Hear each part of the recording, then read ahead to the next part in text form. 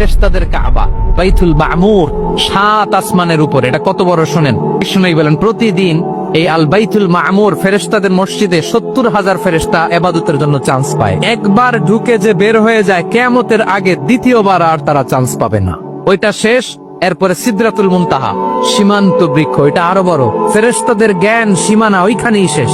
এর উপরে কি হয় ফেরেশতারা আর জানে না। সিদরাতুল মুনতাহার এরিয়া শেষ, এরপরে শুরু হয় আল্লাহুল মাহফুজ, কোরআনের বাড়ি। এটা মিন দুররাতিন বাইদা, সাদা ঝকঝকে ডায়মন্ড দিয়ে আল্লাহ বানাইছে। আমাদের সবার তাকদীর ভাগ্যলিপি ওইখানে লেখা। ওইটা শেষ, এরপরে শুরু হয় লা জামান লা মাকান এরিয়া। ওইখানে কোনো জামান নাই, মাকান নাই, no time no space area শুরু। ওইখানে কুরসি, যেখানে আল্লাহ পা রাখেন বা কুদরতি পা রাখেন।